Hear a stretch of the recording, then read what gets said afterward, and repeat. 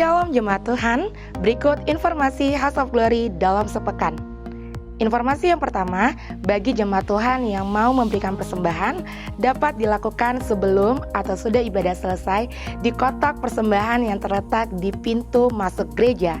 Atau jemaat Tuhan juga dapat memberikan persembahan melalui scan QR Code yang terletak di kantong kursi tempat Bapak Ibu Saudara duduk, atau juga dapat melalui transfer ke rekening bank berikut. Berikutnya akan diadakan ibadah doa pengerja pada hari Rabu 24 Juli 2024 pukul 7 malam di Main Hall HOG Eden Park.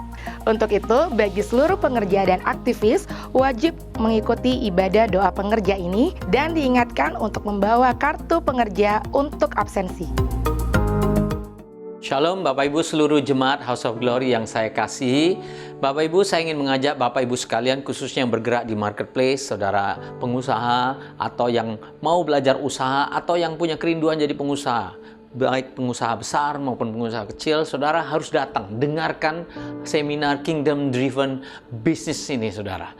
Saudara, mungkin pertanyaan saudara, kenapa kok ini seminar bisnis, tetapi kok pendeta yang sampaikan, harusnya kan bisnismen, tapi saudara akan dengar, ini pendeta yang luar biasa. Pak Wiryo Hadi ini adalah pendeta yang luar biasa. Saya ingat sekali dulu waktu saya jadi youth pastor di Jambi, dia adalah youth pastornya Indonesia bagian barat di bawah Pak Niko, saudara. Jadi kami kalau ada masalah, ada apa, selalu kami berhubungannya dengan Pak Wiryo.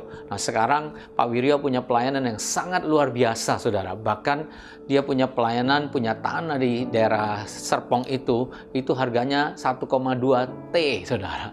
Luar biasa. Mereka akan bangun gereja yang besar, yang ribuan kapasitasnya. Lalu di tanah itu pun, saudara, saya sudah kunjungan ke sana. Ada perkebunan, ada peternakan, saudara. Bahkan nanti akan dibangun pabrik minuman. Dan Pak Wiryo Hadi punya pelayanan, punya rumah sakit namanya Rumah Indonesia Sehat, saudara, di Tangerang, rumah sakit yang modern, luar biasa. Dan waktu kami datang, dia memberi kesaksian di mana Tuhan suruh dia untuk minta tanah 100 hektar di daerah Banten. Bayangkan daerah Banten itu daerah susah untuk Kristen, saudara. Tetapi kemudian dia dapatkan. Nah, ada kesaksian, nanti saudara akan dengar melalui klip ini, pengumuman ini. Jadi saudara akan banyak prinsip yang akan diajarkan di dalam seminar ini. Oleh karena itu saya mengundang Bapak Ibu sekalian, ayo datang, dengarkan, supaya cara pikir kita berbeda. Saya pernah ngomong waktu Tuhan tanya, Tuhan kasih perintah waktu dia mau naik ke atas, bahwa kita masih punya tugas. Ya, ada 7 gunung. Salah satu gunung yang harus kita beri pengaruh adalah di gunung marketplace, bisnis, saudara. Dan Tuhan bilang, occupy until I come. Nah, saudara, mari kita belajar pelan-pelan, sehingga kita bisa menjadi orang yang betul-betul mempengaruhi, memberikan pengaruh buat kota kita, dan membangun kota kita, bahkan menjadi berkat buat Indonesia, dan buat regional di Southeast Asia ini. Sekali lagi saya undang, mari Bapak Ibu harus datang dalam acara ini dan dengarkan pengajaran yang luar biasa dari hamba Tuhan ini, Bapak Pendeta Wiryo Hadi. Tuhan Yesus memberkati. Apa janji Tuhan bahwa saya disuruh minta tanah 100 hektar. Di tengah-tengah jemaat itu ada satu orang yang kenal dengan penguasa tanah di Banten yang punya tanah 1 juta hektar. Dan orang itu sudah umurnya 81 tahun. Lalu saya datang ke situ dan dia ini yang biasa mandiin presiden-presiden mulai dari Pak Soeharto, Habibie, Megawati, semua dimandiin. Yang belum saya lihat fotonya adalah Pak Jokowi. Semua dimandiin sama dia ini. Jadi ini orang nggak main-main, ini luar biasa orang ini. Saya ditunjukin rumahnya, mobilnya kira-kira ada 12 atau 13 ya. Banyak sekali. Ajudannya udah kayak presiden. Jadi kalau ada gubernur datang, bupati, itu dia cuma ngomong kalau dia bilang gini, Pak, nanti kalau Bapak disuruh bicara 15 menit, kalau ditinggal itu artinya dia nggak mau. Tapi kalau lebih dari 15 menit, artinya hatinya dia terpaut dengan kehadiran tamu itu. Karena dia bisa ngilangin orang, dia bisa ngomong orang, dia bisa baca isi hati orang, karena ilmunya tinggi. Lalu kemudian orang yang mengenalin saya ini, dia bilang gini, Pak, ini Bapak udah ngomong 1 jam. Ini kalau 1 jam ini, Artinya orang ini atau si Abah ini artinya berkenan dengan kehadiran kamu.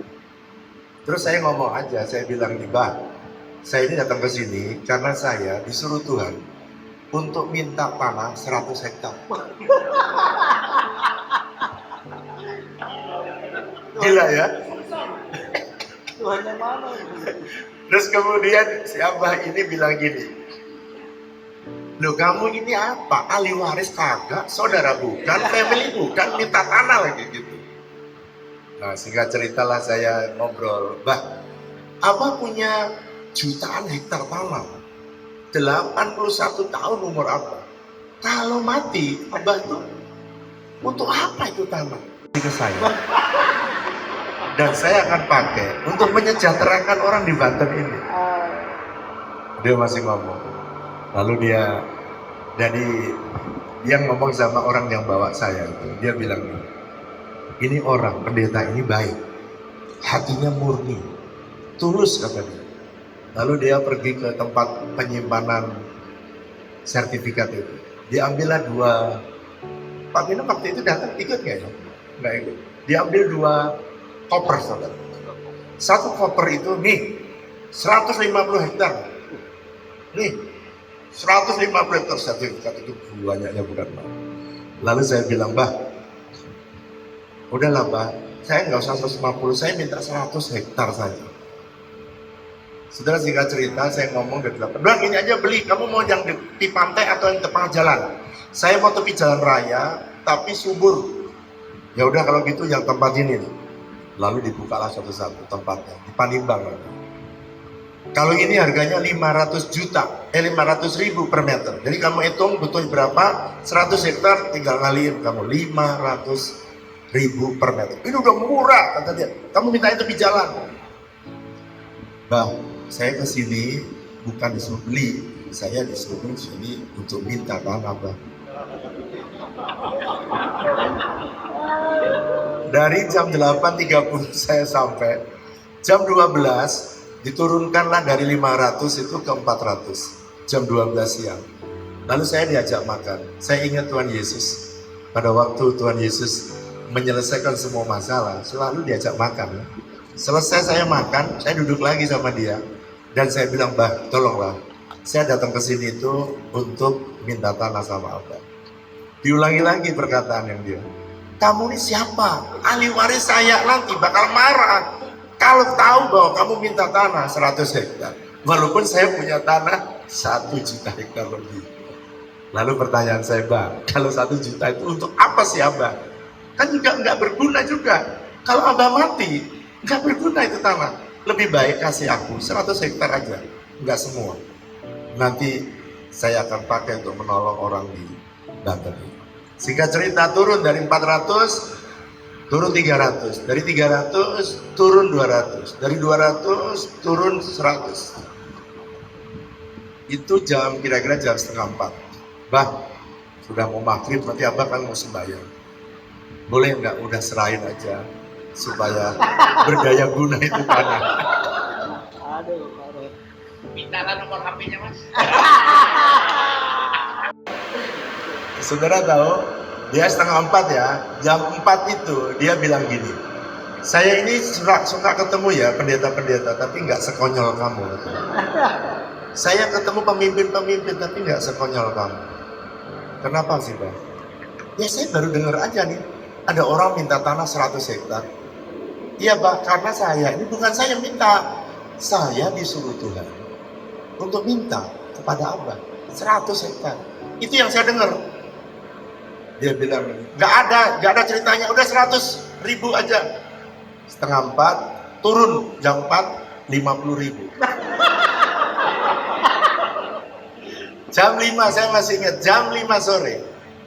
Dia langsung bilang gini, ya udah, kamu kayaknya orang yang paling ngotot yang saya jumpai. Dan jam 5 sore saya masih ingat, ya udah, kamu ambil, kamu pilih 100 hektar, tetapi balik namanya, kamu yang bayar, kamu yang urusin, bukan aku.